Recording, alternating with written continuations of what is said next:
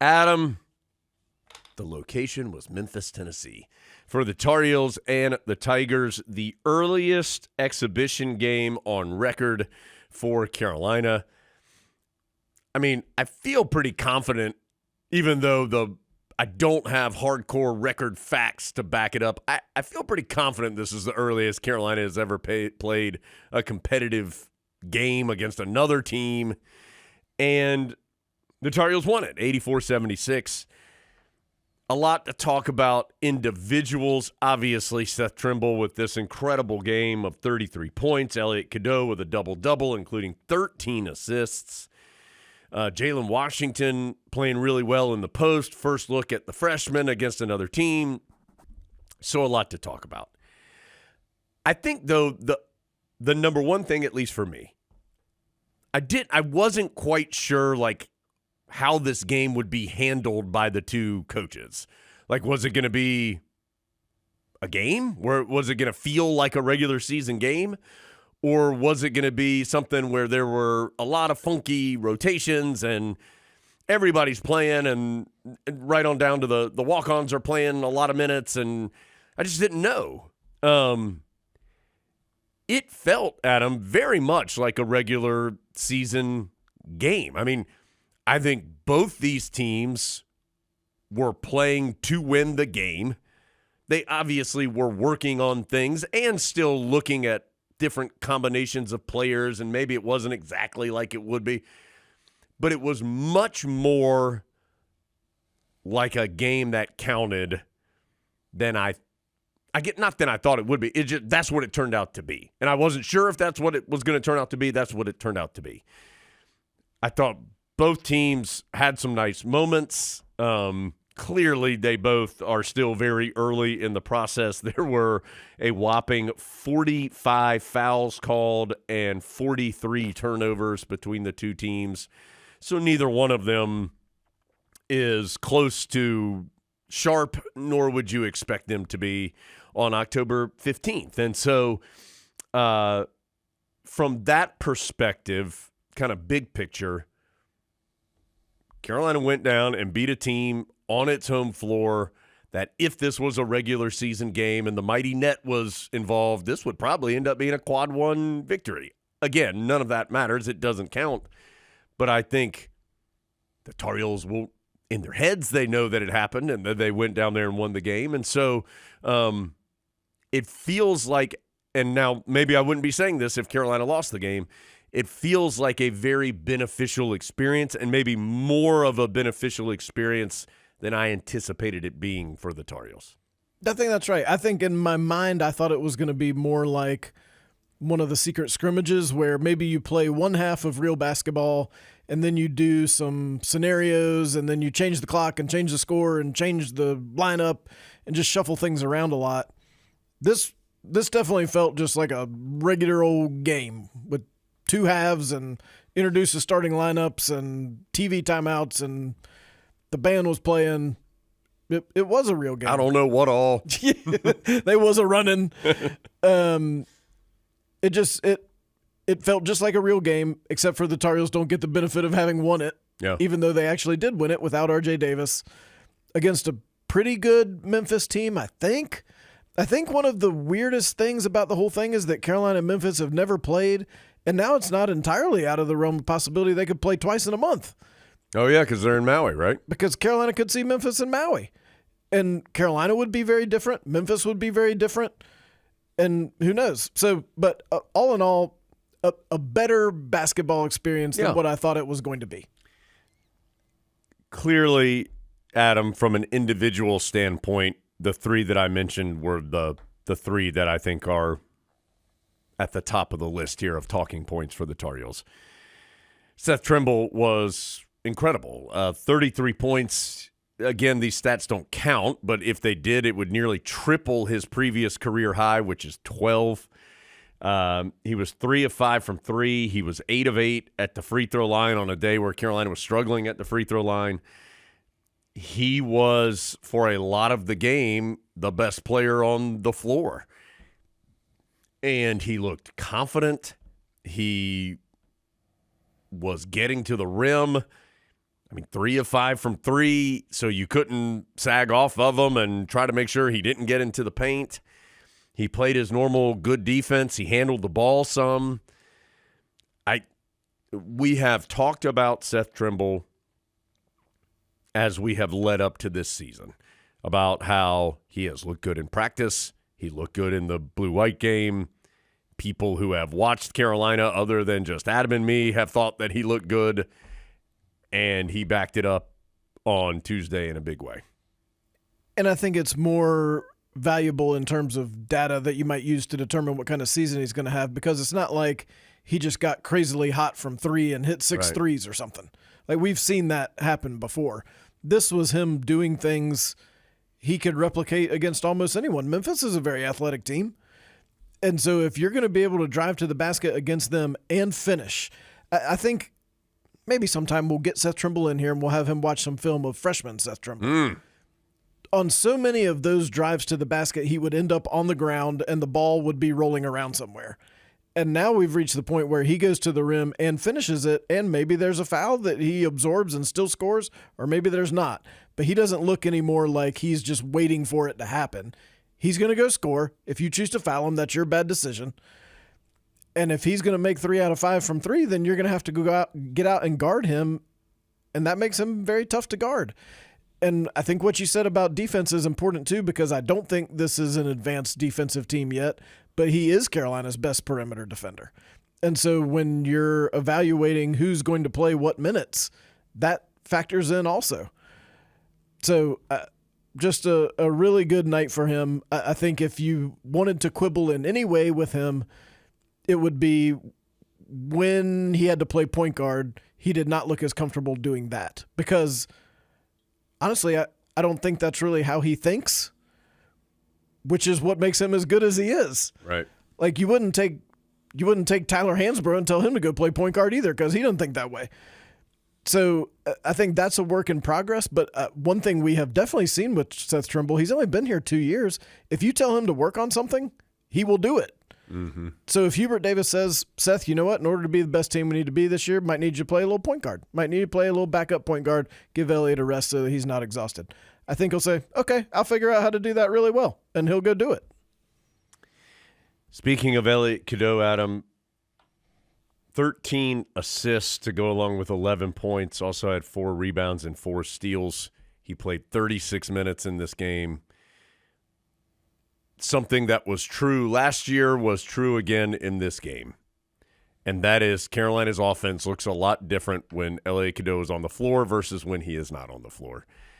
He is an elite point guard. He is an elite distributor of the basketball. His vision on the court is elite. We saw it last year, and now you're just getting a chance to see it again after an off season of work. He hit a couple of threes, which I think will be important for him. He did not shoot well at the free throw line, but got there, was just 1 of 4.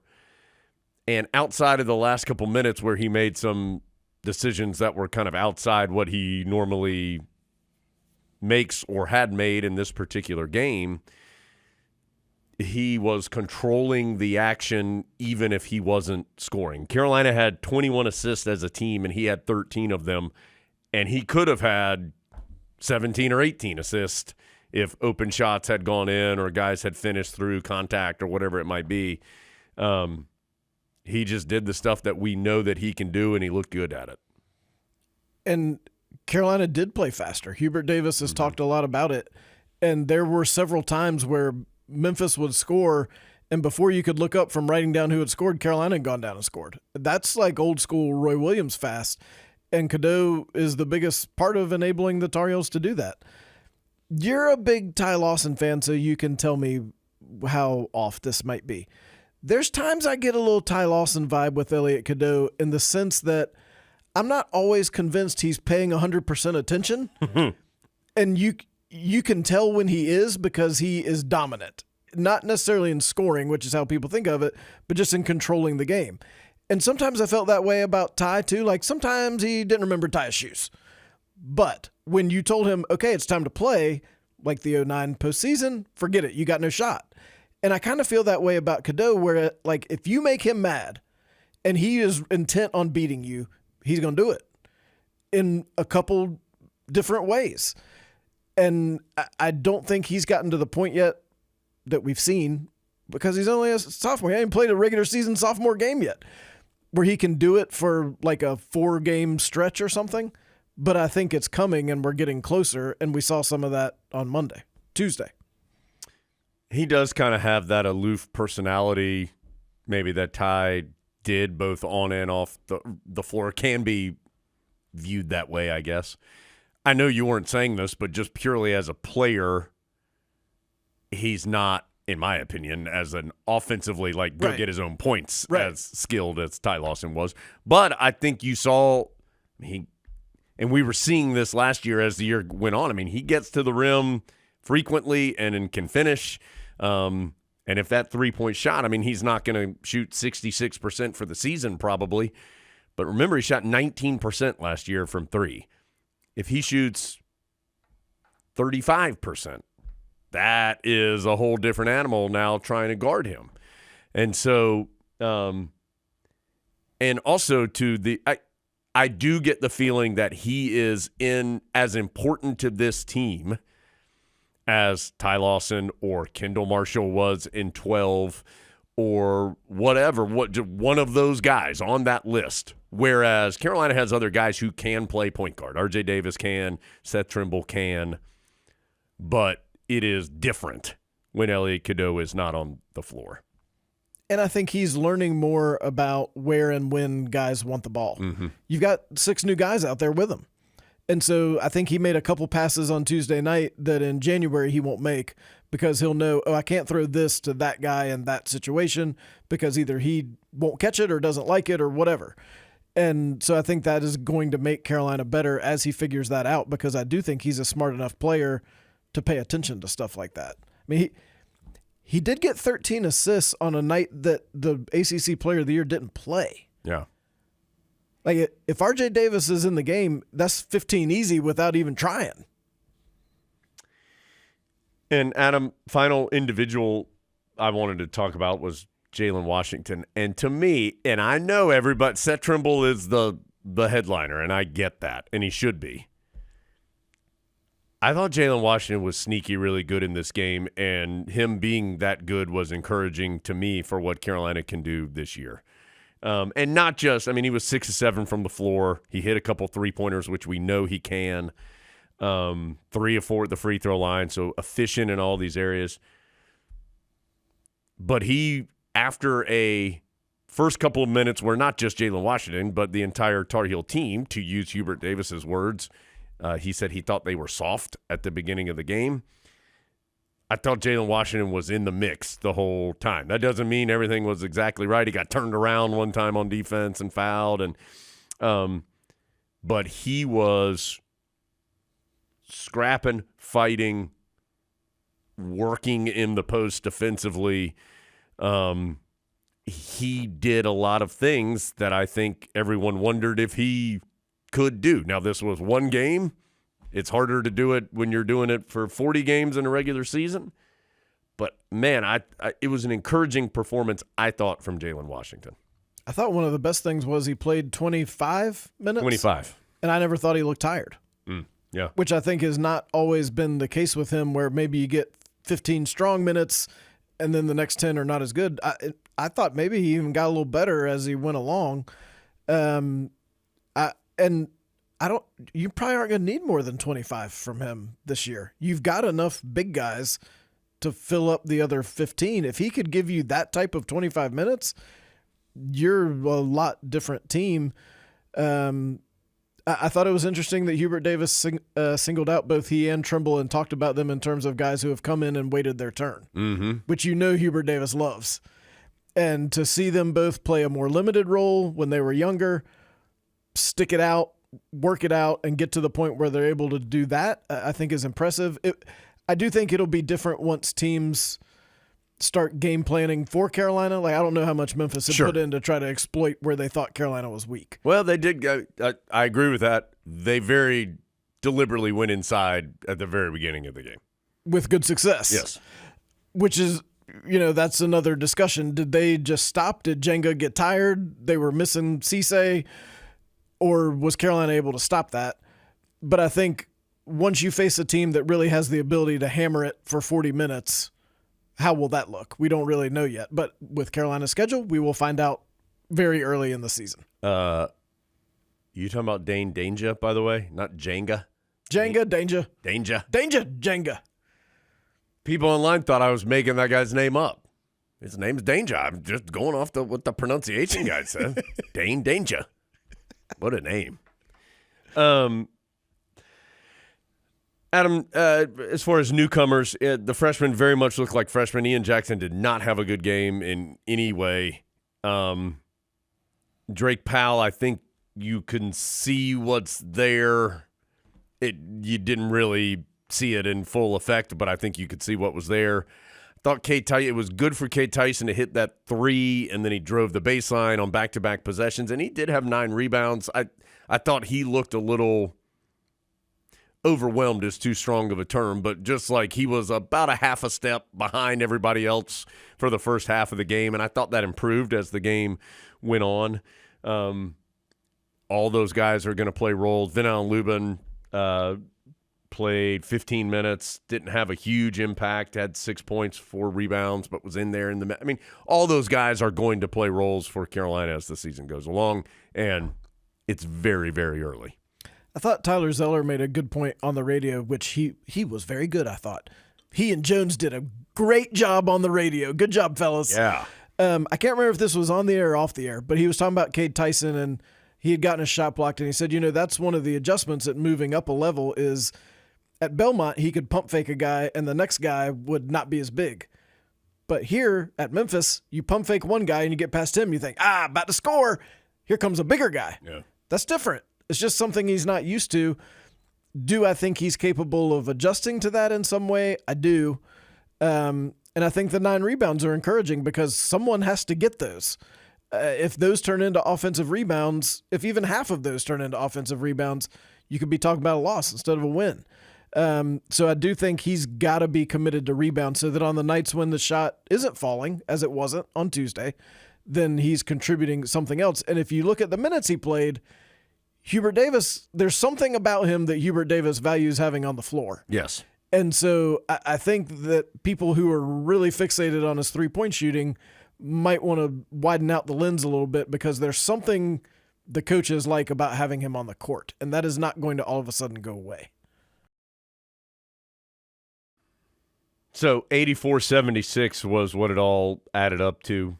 Jalen Withers, the other Tar Heel that played significant minutes in this game, fouled out. I mean, it was very Jalen Withers. He had 8 rebounds, which were important. There were some moments where he did some good things and some moments where you scratched your head. So I think same story with Jalen Withers. If he can consistently be the beneficial Jalen Withers, then that is a huge plus for Carolina. You've got to minimize the plays that aren't as beneficial. I felt like watching it that he was more impactful than when I looked in the box score. Yeah. Which I think, like, let's say that Jalen Withers is just a little unpredictable. I think that's fair to say. Which he might be. Yeah. Like, we all hope he'll be, like, superhuman Jalen Withers for 40 games this year. But if he's not, the nights that he's on, Carolina's going to be very tough to beat.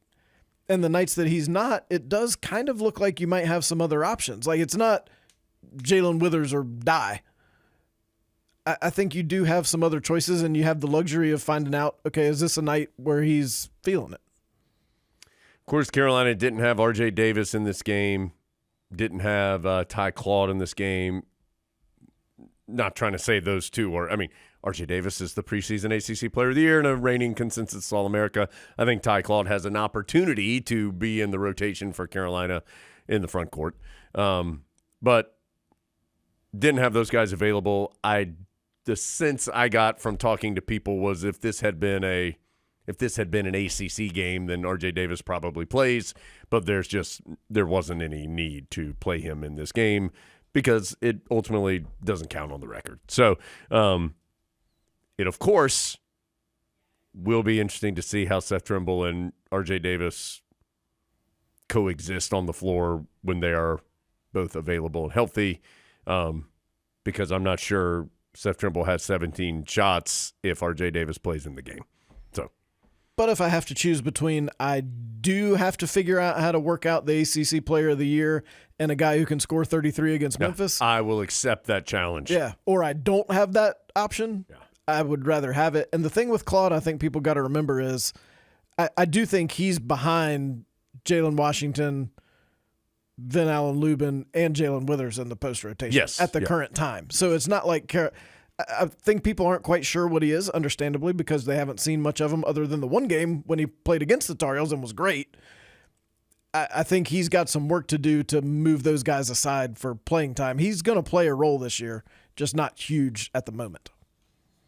Adam, anything else from the game in Memphis?